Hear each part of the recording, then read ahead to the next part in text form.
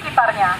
Kami dari Satbimas Polresta Banda Aceh dalam rangka pencegahan COVID-19 atau virus corona dihimbau kepada seluruh masyarakat, Bapak, Ibu, saudara-saudari sekalian, tidak perlu khawatir yang berlebihan. Namun, kita semua harus tetap waspada dalam langkah-langkah sebagai berikut. 1. Selalu mencuci tangan dengan sabun antiseptik di air yang mengalir sebelum dan sesudah beraktivitas, menjaga kebersihan di rumah dan lingkungan sekitar tempat tinggal. Sebaiknya hindari bertemu dengan banyak orang, di rumah lebih baik. Gunakan masker apabila batuk dan flu. Selalu rajin berolahraga dan istirahat yang cukup. Makan makanan yang bergizi seperti ikan, sayur dan buah-buahan.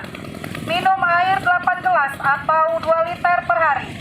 Mari kita selalu mendukung kebijakan pemerintah yang meliburkan anak sekolah dan mahasiswa dengan selalu mengingatkan anak-anak kita sebaiknya tetap berada di rumah dengan tekun beribadah dan rajin belajar.